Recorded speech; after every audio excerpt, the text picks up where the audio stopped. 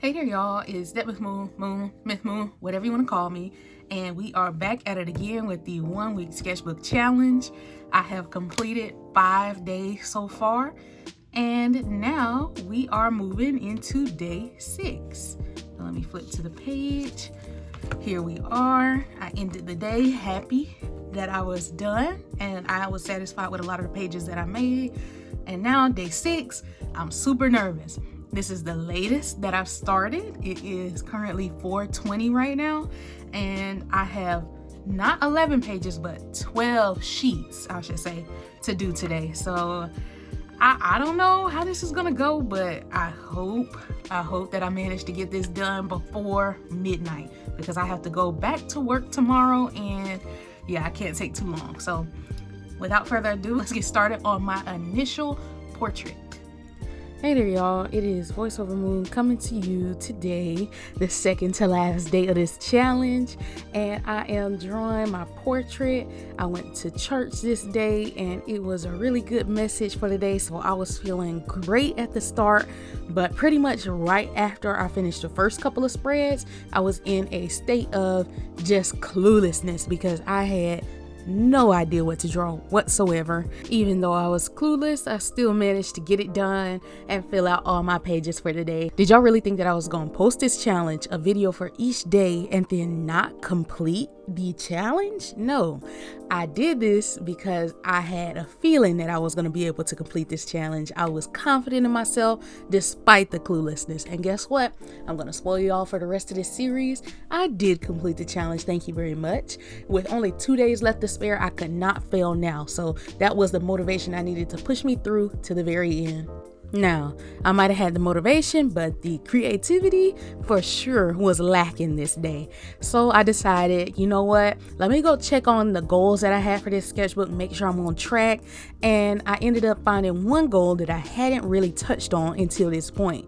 And that goal was drawing props. I wanted to get better at drawing different items just so I could have something for my characters to hold or something for them to do other than just stand there or maybe give an expression.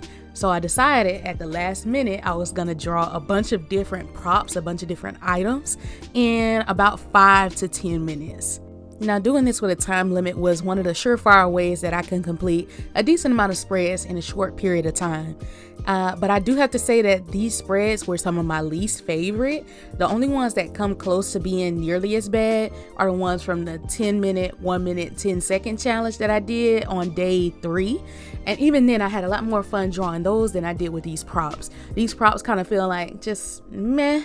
Like the only item that I would probably draw on a day-to-day basis or even semi-regularly is the phone, maybe the party hat.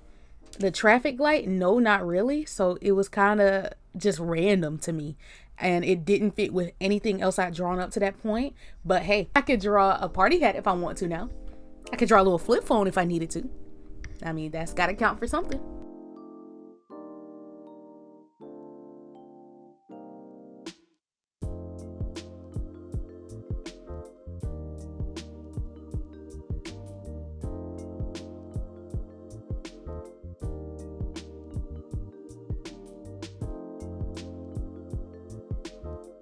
So after drawing those props, or forcing myself to draw those props, I should say, I decided to go back to drawing animals.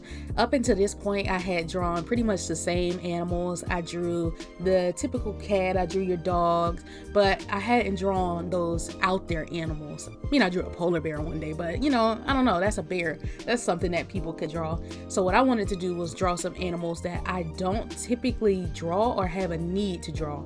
And I wanted to draw them kind of back to back just to fill up a lot of spreads. So I quickly whipped out this giraffe, I whipped out a skunk, you'll see a goldfish, a monkey, a cat. I just drew whatever came up on Pinterest, to be honest, and I decided to draw them in pen and then just go over whatever I could with color pencil, because trying to do the sketch and then go over it with line art and then add color was starting to get to be too much. So it was about time I started doing the pen sketches again, and I really do like how a lot of these animals came out. I see that I'm drawing a goldfish on screen right now. One of the pets that I have had the most have been goldfish, and I haven't had too many of those, but there's this one specific goldfish that I had, and her name was Sasha, and she was a trooper. Like, honestly, she was my favorite fish that I've ever had, the only one that I can remember. We ended up moving from a home in a different state, and when we left, we had to leave the goldfish behind because we were driving in between states. And so we left her at the apartment, and we would be coming back to it. But I was like, oh no, she's gonna die. Like, the fish isn't gonna make it.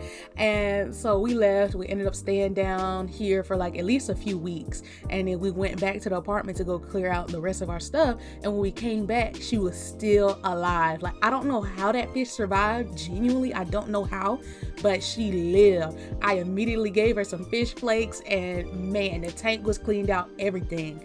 And then we ended up taking the fish up to one of my grandparents' house, and then next thing you know, came back one day, she was dead. She did not make it because her tank wasn't clean. So she has survived starvation for who knows how long, but she died to the dirty tank.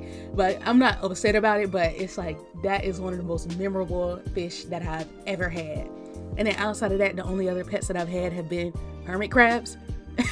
And then even then, my hermit crab was killed by my brother's hermit crab, so it didn't even last long, but just thought I'd share. Let me know in the comments if y'all have any stories about any pets that y'all have owned, or any super pets, I should say, like pets that have survived situations that they should not have survived. I'd be interested to know, so I'm not alone.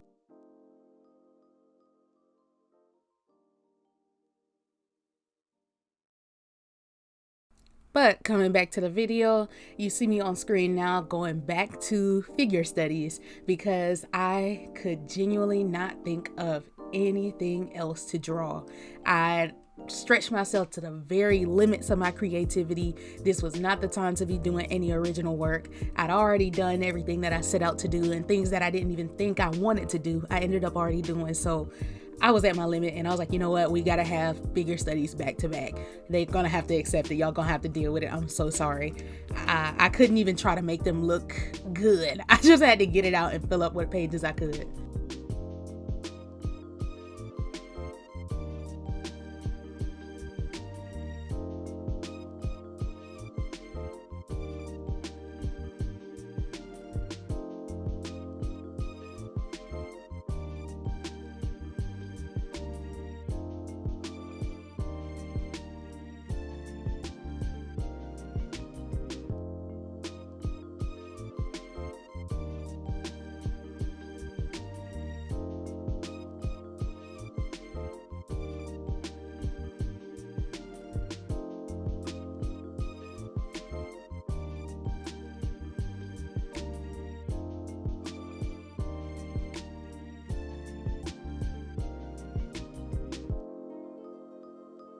Hey there, y'all. So we have reached the end of day 6.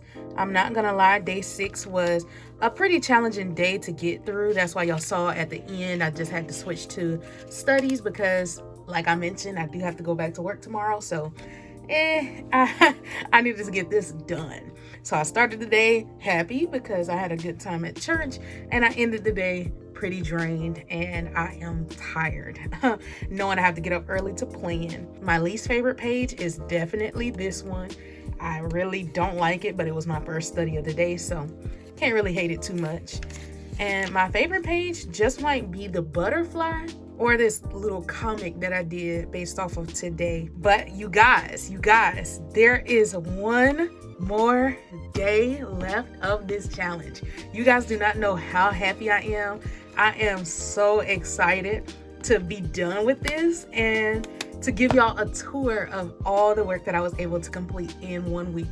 It feels in a way like crazy that I've even made it this far. So anyways, thank you guys so much for watching. I hope you stick around for the final day and then come back for the tour of this little sketchbook. I hope you enjoyed your day today. I hope that you find some kind of joy in it, even if it wasn't the best day. Make sure to drink your water, get good rest. But all right, y'all, bye.